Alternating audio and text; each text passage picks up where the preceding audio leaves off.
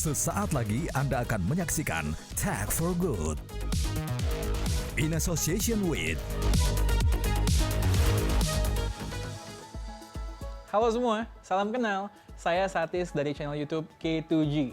Saya kali ini sendirian, partner saya Alessa kebetulan sedang work from Bali. Hari ini saya mau ajak Anda nyobain laptop yang sekarang lagi saya gunakan sehari-hari. Just info, ada satu fitur unggulan yang bikin saya betah berlama-lama menggunakan laptop ini. Layarnya OLED. Kenalkan, Asus VivoBook Ultra 15 OLED K513. Saya tuh tipe orang yang suka sama gadget atau benda apapun yang punya tampilan minimalis elegan. Nggak cuman tampilan yang elegan yang saya mau, saya pengen laptop yang saya punya itu nggak tebal-tebal amat dan nggak berat-berat amat. Mumpung masih bahas tampilan laptop ini, kita coba lihat ya, port-portnya ada apa aja. Ada macam-macam portnya sih di sini, tapi yang utama saya pakai ada micro SD card reader dan juga USB-C. Lengkap, jadi saya nggak perlu bawa dongle kemana-mana. Nah, sebenarnya star of the show-nya adalah layar OLED-nya. Tapi kita bahas lengkapnya nanti aja. Keyboardnya sendiri enak dipakai buat ngetik, sekaligus level brightness-nya itu bisa kita sesuaikan. Ini penting buat saya yang sehari-hari kerjaannya meriset, buat materi presentasi, naskah, dan lain-lain. Kemudian size trackpad-nya juga pas, decent. Well, laptop ini menggunakan 11th Gen Intel Core i3 prosesor dengan codename Tiger Lake dan proses fabrikasi 10nm. Buat yang nanya, cukup apa nggak powernya? Lagi-lagi buat saya yang sehari-hari kerjaannya nggak demanding performa yang wow, seperti yang saya bilang tadi, i3 sudah cukup. Yang lebih penting buat saya justru keberadaan SSD di laptop ini yang bisa membuat beberapa pekerjaan saya berasa lebih cepat. Untuk RAM-nya, yang unit saya ini 4 GB. Di masa pandemi seperti ini, meeting serba online ya di mana-mana. Kamera 720p dan mic dengan fitur AI Noise Cancelling yang ada di Asus VivoBook Ultra 15 OLED ini sudah cukup. Nah, ini bintang lapangannya.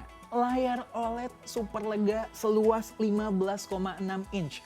Layar lega tuh paling enak buat menikmati berbagai konten, apalagi dengan 3-sided nano edge display. Artinya bezel kiri, kanan, atas itu tipis. Screen to body ratio-nya 85%.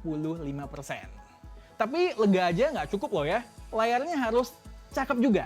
Ini nih yang buat saya susah move on dan betah berlama-lama memandang Asus VivoBook Ultra 15 OLED K513. Laptop yang saya gunakan sebelumnya layarnya masih IPS LCD, belum OLED. Alasannya simple. Karena layar OLED itu adalah teknologi yang lebih premium, jadi harganya jauh lebih mahal ketimbang jenis display lainnya, dan budget saya belum sampai ke sana. Tapi begitu ada Asus VivoBook Ultra 15 OLED K513 dengan harga yang affordable, saya langsung putuskan harus coba.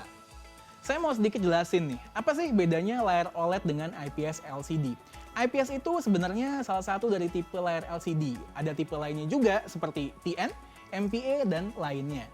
IPS LCD itu kepanjangannya adalah In-Plane Switching Liquid Crystal Display. Sedangkan OLED itu adalah kepanjangan dari Organic Light Emitting Diode. Kita mulai dari basic dulu ya. Secara teknis, kedua jenis layar ini terdiri dari kumpulan pixel yang dibagi jadi 3 bagian yang biasa kita sebut sebagai subpixel, RGB atau merah, hijau, dan biru. Nah, untuk memancarkan warna, setiap pixel ini membutuhkan sumber cahaya. Kalau di layar LCD itu, cahayanya berasal dari kumpulan lampu LED kecil-kecil berwarna putih. Kekurangannya, kadang kalau kualitasnya nggak bagus, kita bisa lihat sebaran cahaya yang nggak imbang di beberapa area, karena distribusi cahayanya nggak merata. Lalu, apapun ceritanya, ketika menampilkan warna hitam, gelapnya tuh nggak benar-benar hitam, karena masih harus mancarin cahaya, karena itu adalah source utamanya.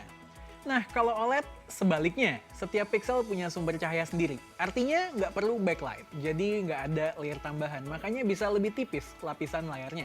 Keluaran cahayanya juga lebih merata pada keseluruhan layar. Dan kerennya lagi, pada saat menampilkan warna hitam, setiap pixelnya bisa mati sementara. Nggak perlu mancarin warna atau cahaya. Jadi hitamnya itu benar-benar pekat. Dalam beberapa skenario, layar OLED jadi bisa lebih hemat daya, karena nggak perlu selalu hidup semua sumber cahayanya.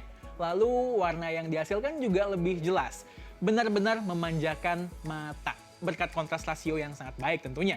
Ingat, nggak ada panel LCD-nya. Intinya, kalau buat content consumption, layar OLED itu sudah paling bener. Inilah kenikmatan-kenikmatan yang saya dapatkan dari Asus VivoBook Ultra 15 OLED K513. Susah move on. Oh ya, viewing angle-nya juga bagus dan ada beberapa fitur menarik seperti sertifikasi perlindungan mata dari TUV Rainland dan mendukung 100% DCI-P3 Color Game Mode. Jadi lebih kaya warnanya. Tapi harus saya akui, IPS LCD juga ada kelebihannya. Umumnya harganya yang lebih rendah dan nggak ada isu image burn-in atau retensi layar untuk pemakaian jangka panjang. Isu image burn-in sebenarnya memang fenomena yang wajar pada layar OLED. Tapi nggak perlu khawatir, Asus punya fitur Asus OLED Care untuk melindungi panel OLED.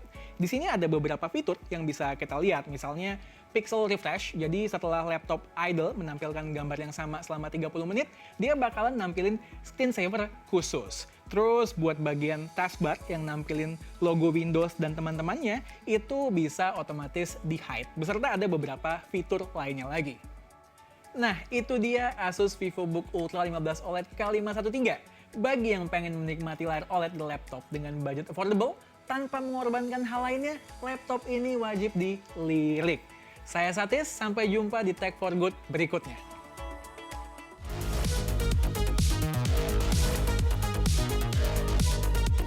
Terima kasih Anda telah menyaksikan Tech for Good in association with